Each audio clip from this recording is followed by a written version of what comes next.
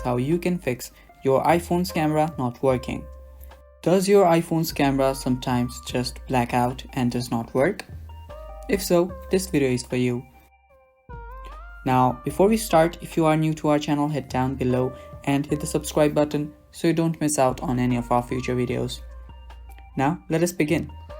So the first step is, what you'll have to do is just make sure that your camera is not working. Just open it up.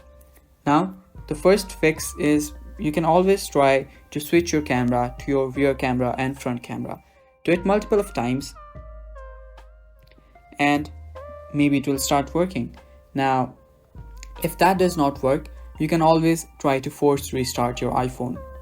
Now that's the second way. Now third way is just go to your settings and go to the general, and after you go to general, scroll down till you see the transfer or reset iPhone option. Open it up. Now right there you will see two options. One is to reset, the other is to erase.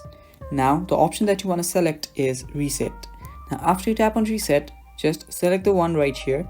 You can reset all settings, you can reset all network settings, your keyboard dictionaries, your home screen layout, and your location and privacy. Tap on reset all settings and confirm it.